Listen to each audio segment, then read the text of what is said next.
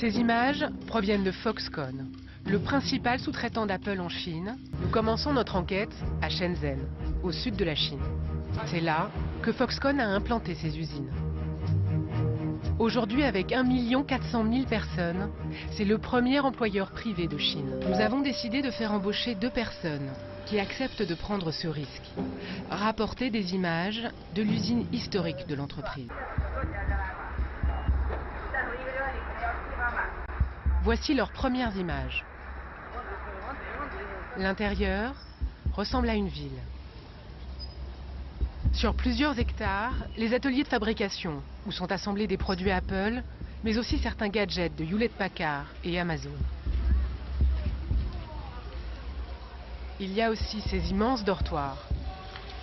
250 000 personnes sont employées ici, la plupart venues des provinces les plus pauvres du pays. Beaucoup n'ont même pas 20 ans. Aux ordres permanents s'ajoutent des conditions de travail éprouvantes.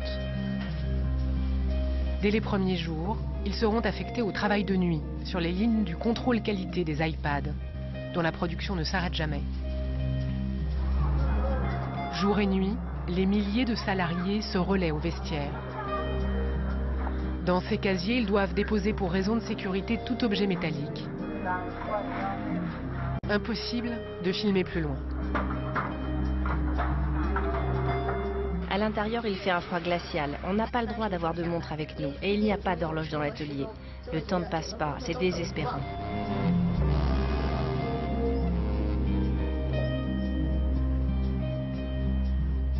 On devait travailler toute la nuit pendant 8 heures et finir à 5 heures le matin. Mais ils ont décidé d'ajouter encore 2 heures supplémentaires. Je dois dire que c'est crevant. On a eu le droit à une seule pause vers 23 heures. Ce qui est le plus fatigant, c'est de tout le temps répéter le même geste. À ces conditions de travail s'ajoute une vie quotidienne difficile. Les ouvriers ne quittent l'univers Foxconn qu'à l'occasion d'un congé annuel.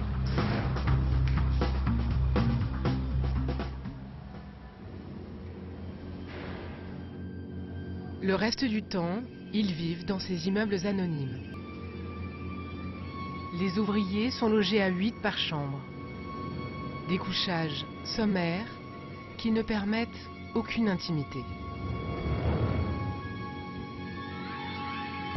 En principe, pour ces travailleurs qui viennent de toute la Chine, le salaire mensuel est attractif chez Foxconn.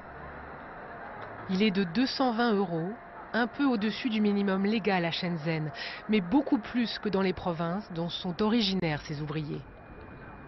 Pourtant, cette somme, Foxconn ne leur verse pas vraiment.